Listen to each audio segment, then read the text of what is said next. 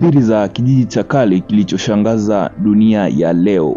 Na leo nimekuja na historia ya kijiji cha Skara kilichopatikana kwenye mwamba wa Orkney kaskazini mwa Scotland.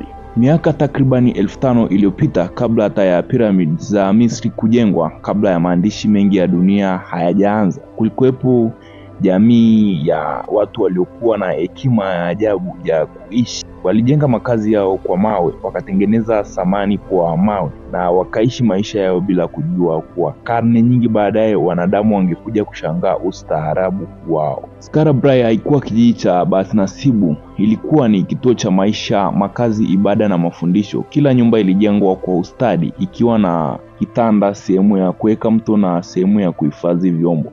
Samani zilikuwa zimepangwa kwa mpangilio, kana kwamba walijua maana ya neno usanifu wa ndani. Watu wa Skara walikuwa wavuvi, wawindaji na wakulima. Walijua kilimo cha sayiri na ngano za kale, walilea wanyama kama kondoo na ng'ombe, na walijua kutengeneza zana zao kwa jiwe, mfupa na pembe. Lakini cha kushangaza zaidi, walikuwa na utamaduni wa kuishi kwa utulivu na nidhamu. Kila kitu kilikuwa na nafasi yake. Vitanda vilipangwa kwa makundi, sanduku za mawe zilifungwa kwa mifuniko, tuliwashwa katikati ya nyumba kwa ajili ya joto na chakula. Inaonekana watu hawa wa Skara walikuwa na jamii iliyoelewa sheria na mipangilio.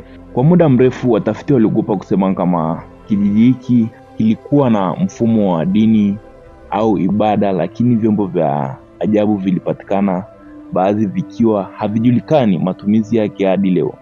Vinafanya historia isiwe na jibu rahisi. Historia haikuandika majibu, na Skara hakutoa sauti ya mwanadamu yeyote. Hakuna maandishi yaliyowahi kupatikana, kila kitu kiliachwa kimya. Kijiji hiki hakikutoweka kwa vita wala njaa. Watafiti wengi wanaamini kilitelekezwa taratibu kutokana na mabadiliko ya hali ya hewa, baridi kali au kuongezeka kwa maji ya bahari. Wengine wanasema dhoruba kubwa iliwafanya wakazi wake wa kukimbia ghafla. Lakini jambo moja limebaki la kushangaza. Hakuna mabaki ya miili, hakuna makaburi, hakuna ishara ya maafa ya moja kwa moja. Ni kama kijiji kilitelekezwa kwa heshima, kwa busara na kwa utulivu. Karne nyingi baadaye, mnamo mwaka 1850, dhoruba kali iliyokumba Orkney ilivunjika ukimya wake. Upepo ulifukua mchanga, na ghafla kuta za mawe za kijiji kilichosahaulika zilionekana tena mbele ya macho ya dunia. Na huo ndio uliokuwa mwisho wake uliojaa njozi. Kijiji hiki hakikutoweka kwa vita wala njaa. Watafiti wengi wanaamini kilitelekezwa taratibu kutokana na mabadiliko ya hali ya hewa, baridi kali au kuongezeka kwa maji ya bahari. Wengine wanasema dhoruba kubwa iliwafanya wakazi wake kukimbia ghafla. Lakini jambo moja limebaki la kushangaza. Hakuna mabaki ya miili, hakuna makaburi, hakuna ishara ya maafa ya moja kwa moja. Ni kama kijiji kilitelekezwa kwa heshima, kwa busara na kwa utulivu. Kijiji hiki kilikuja kupatikana tena mwaka 1850. Karne nyingi baadaye, mnamo mwaka 1850, dhoruba kali iliyokumba Orkney ilivunja ukimya wake. Upepo ulifukua mchanga, na ghafla kuta za mawe za kijiji kilichosahaulika zilionekana tena mbele ya macho ya dunia. Ilionekana kama kijiji kilichoachwa jana chini ya mchanga, vumbi na wakati. Leo Skara ni urithi wa dunia wa UNESCO, na imekuwa somo kubwa linaloonyesha kuwa enzi za Neolithic haikuwahi kuwa ya ujinga kama historia ilivyodhani. Kijiji hiki kinafundisha kwamba watu wa zamani walikuwa wabunifu kuliko tulivyofikiria. Kijiji kinaweza kuishi zaidi ya taifa, na ukimya unaweza kuwa mwalimu wa historia. Kwenye kisiwa cha mbali kilichopambwa na upepo na pepo kali ya Atlantic kusini mwa Scotland, kuna ardhi ambayo kwa karne nyingi imeficha siri ya enzi, mahali panapokaa kimya, penye mandhari ya mawe, bahari na ukimya wa historia. Hapo ndipo panapopatikana Skara kijiji cha zamani kuliko piramidi za Misri. Kijiji ambacho kiliishi kabla ya Biblia kuandikwa, kijiji ambacho kilijengwa wakati dunia bado ilikuwa inatengeneza majibu kuhusu ustaarabu. Leo tunafungua mlango wa historia hiyo. Miaka takribani 3200 kabla ya Kristo, kipindi kinachoitwa Neolithic, dunia ilikuwa inabadilika. Binadamu Hakutegemea tena uwindaji pekee, alianza kulima, kumiliki ardhi na kuishi kwenye makazi ya kudumu. Katika Orkney, familia zilianza kujenga vijiji vya mawe, lakini hakuna kilichokuwa imara, kilichoratibiwa wala kilichokuwa cha ajabu kama Skarabrae. Skarabrae haikuonekana kama makazi ya kubahatisha, ilikuwa imepangwa, ilikuwa imejengwa kwa ubunifu wa hali ya juu, ilikuwa na majengo ya kudumu na ndani yake kila kitu kilikuwa na mipangilio. Kila nyumba ilikuwa na kitanda, kila nyumba ilikuwa na sehemu ya moto, kila nyumba ilikuwa na meza, kila nyumba ilikuwa na sanduku la kuhifadhia vitu.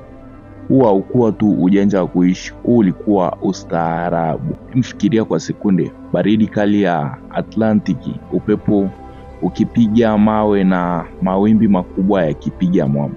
Ndani ya nyumba moto unawaka katikati, joto lake limekamata kuta za mawe. Dharau ya bahari inasahaulika. Familia zinakaa pamoja, wanaongelea mazao, wanaongelea wanyama, wanaongelea maisha.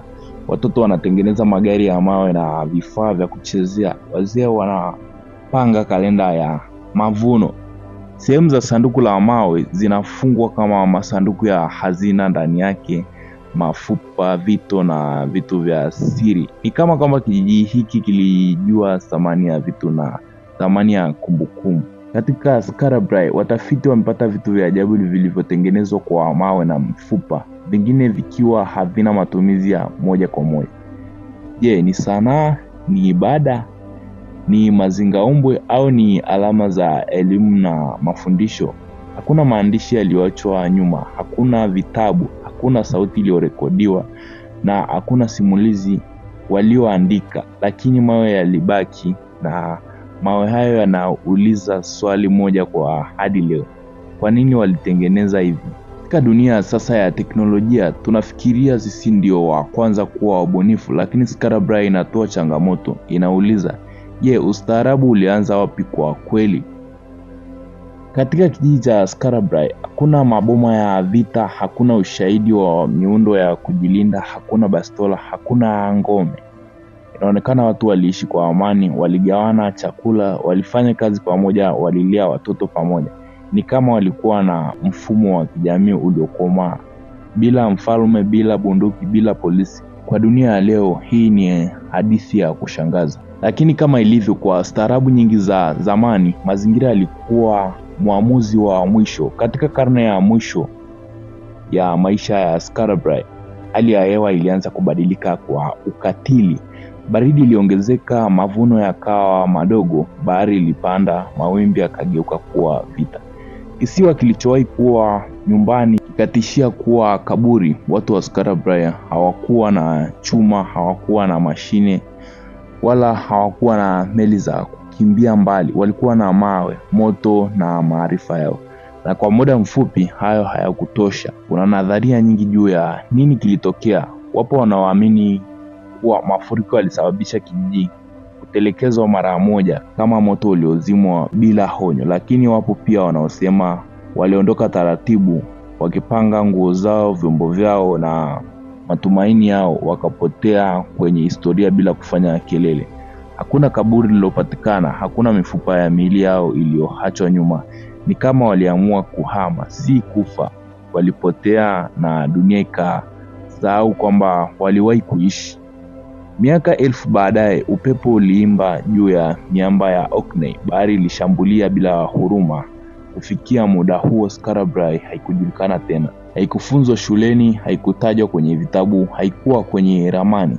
Kijiji kilikuwa kimefutwa kwenye kumbukumbu ya mwanadamu mpaka siku moja.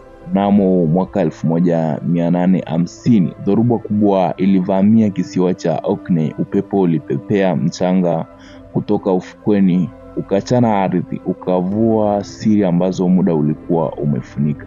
Na ghafla mawe yaliyopangwa kwa mpangilio tofauti yalionekana. Watoto walikuwa wa kwanza kushangaa. Walipita juu ya miamba, wakaangalia chini, wakaona mabaki ya kuta za mawe. Waliona vitu vilivyokuwa kama meza, kitanda na sanduku. Sasa walipokuja hawakukataa macho yao. Hii haikuwa shimo, hii haikuwa pango, hii ilikuwa nyumba. na si moja bali nyingi. Skara Brae ilikuwa imefufuka. Mwanzoni watu hawakujua walichokuwa wamegundua. Baadhi walizani ni mabaki ya Viking, wengine walifikiri huenda ni karne za kati, lakini wanakiolojia walipoanza kuchimba, siri ikaanza kujitokeza. Walipima miundo, wakachunguza zana, wakachoma mifupa, wakaangalia makaa ya moto. Matokeo yalikuwa ya kushangaza. Kijiji kilikuwa miaka 5,000 ya umri, kubwa kuliko piramidi. Hii ilikuwa ushahidi kwamba Afrika, Asia na Ulaya hazikujenga ustaarabu kwa wakati mmoja, bali dunia nzima ilijaribu kujenga maisha yake kwa njia mbalimbali.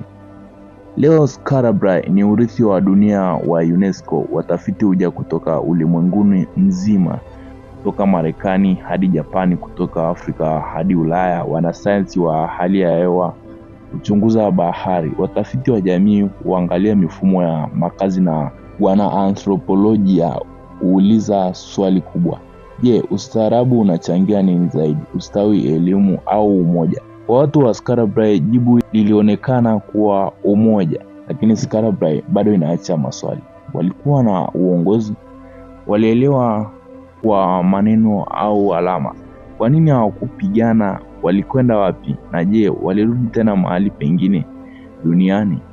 Lakini kwa machache, watu wa Skara Brae waliishi maisha yaliyozingatia ushirikiano, mpangilio na heshima na familia na mazingira.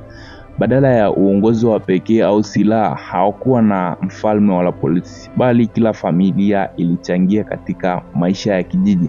Ingawa hatuna maandishi, ishara na mpangilio wa nyumba zao unaonyesha kwamba walielewana kupitia alama za mawasiliano na utamaduni wa kawaida, na baadhi ya zana na vitu vya mawe vinaashiria ibada au sanaa ya kila siku. Hakuna ushahidi wa vita, hivyo inaonekana walikuwa wanaishi kwa amani, wakitegemea mshikamano wa kijamii wakati kijiji kilipoachwa. Inawezekana walihama taratibu au kwa sababu ya mabadiliko ya hali ya hewa, lakini hakuna alama kwamba walipoteza maisha yao au walirudi mahali pengine. Historia yao inatufundisha kuwa ustaarabu hauhitaji silaha au madaraka, bali uratibu, mshikamano na heshima kwa mazingira. Maswali kuhusu dini, mawasiliano, uongozi na mahali walipoenda yanaendelea, lakini mwongozo wao wa maisha unaendelea kuzungumza kwa nguvu kupitia mawe yaliyosalia. Skara Brae inatufundisha kitu kimoja kikubwa, kwamba ustaarabu hauhitaji magorofa, magari au maandishi kuonekana ya thamani. Wakati mwingine ustaarabu unajengwa na jua, mawe na utu. Mimi ni Joel Palanjo.